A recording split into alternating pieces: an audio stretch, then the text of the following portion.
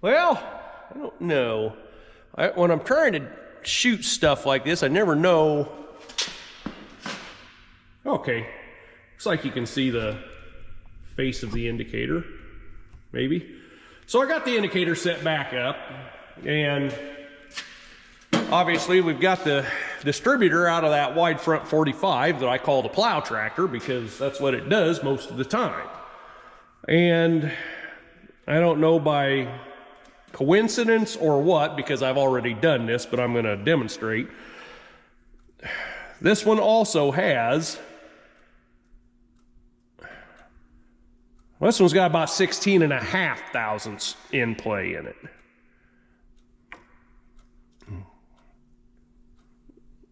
Would push really hard, yeah, we can get that other 0.5 thousandths. So I'm really hoping that, because I got the pin, what do I do with that silly pin?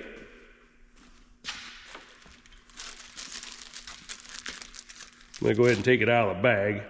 Stupid little, we should do some measuring on that while I'm thinking about it and talking.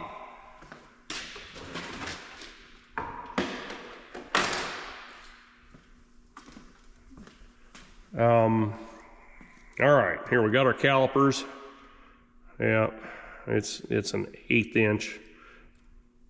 Might be just a skosh bigger than an 1/8 inch.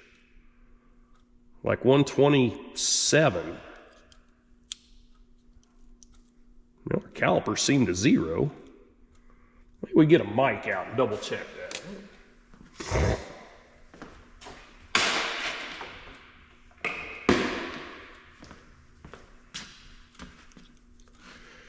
And the micrometer says same thing, 127. Interesting. Didn't see that coming. I figured it'd be right on 125.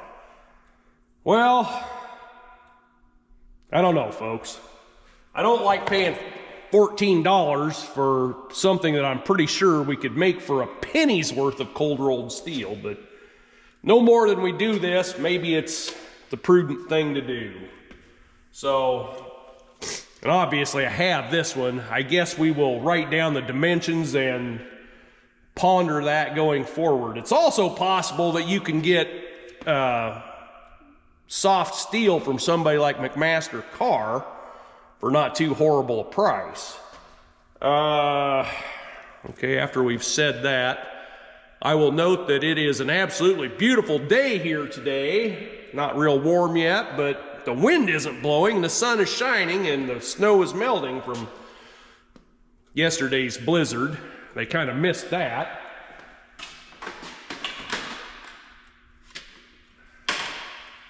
I think it only snowed about 2 inches, which is a good thing because I recorded the highest wind speed that I have seen on my weather station since I installed it at 43.4 miles an hour.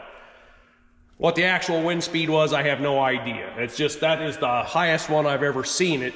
And I don't sit and stare at it all day long, obviously, but I do look occasionally. And that exceeded the old record by about 10 miles an hour. It was a nasty day here yesterday. Anyway, I'm gonna shut you off. I'm gonna reposition this indicator, and we're gonna check the lateral play before I tear it apart.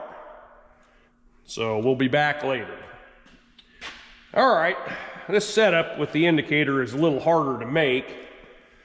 Hopefully you can see it. My big fat hands won't be too far in the way. I'm not really zeroed there, but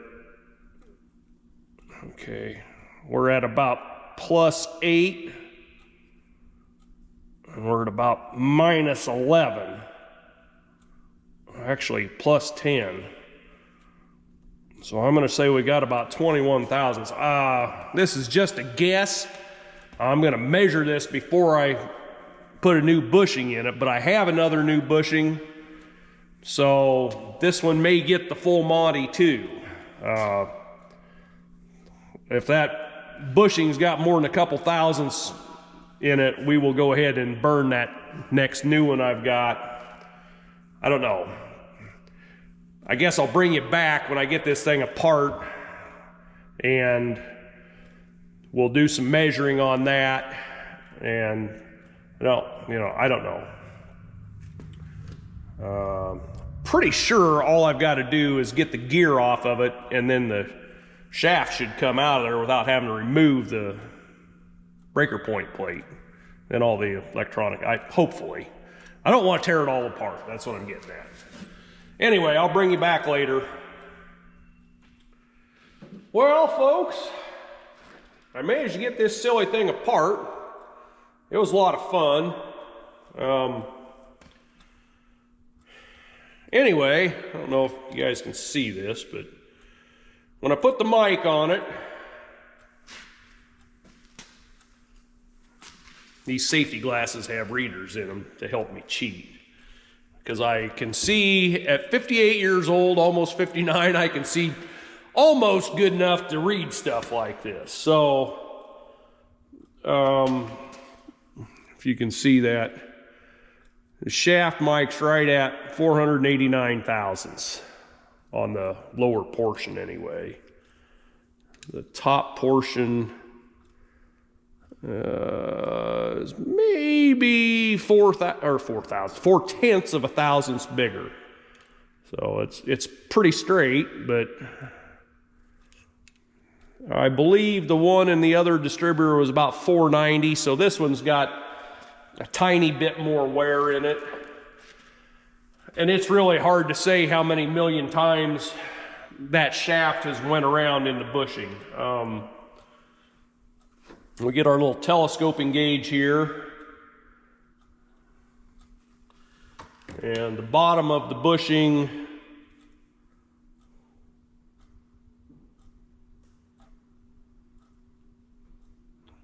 I've already done this, but for the benefit of the video, we'll do it again. Is about 492. Thought it was bigger than that. But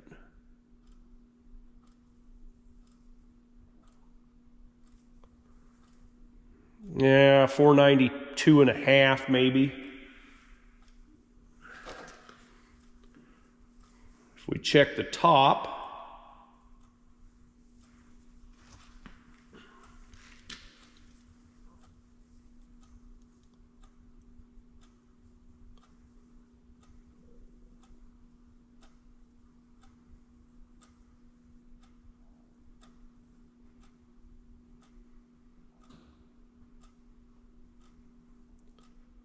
yeah, it's the bushing's pretty straight. It's 492 or just a tick more also. So we've got 3 to 3.5 thousandths larger bushing diameter than we have shaft diameter. So as we learned in the last one, it doesn't take much difference in that, much wear in that bushing to make a lot of thrust laterally. So I'm going to go ahead and go in the house and eat lunch, but that's a different matter. When I get back to this, I will drive that bushing out, put the new one in. We will set up a device over there, which some dimwit raised back up to normal working height, and we'll have to let it back down to honing height. And we will hone our clearance on our new bushing, and then we'll do the rest of it, yada, yada, yada, shim it up. We'll get that in play tight, and with any little bit of luck, we will get that timing to just stay right there. Different conversations I've had with people, I believe there is real horsepower to be had in this. And I've heard people talk about the horsepower you can unlock with ignition my entire life, going back to my hot rod childhood youth days, and I never really saw it. But I can see it with this, where those cylinders are, you know, they're supposed to fire at 30 degrees.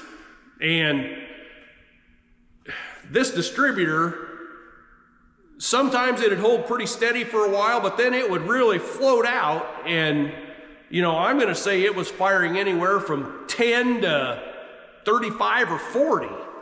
And I just can't help but think, and we will run this tractor on probably multiple dynos this summer, and I know what it's made in the past.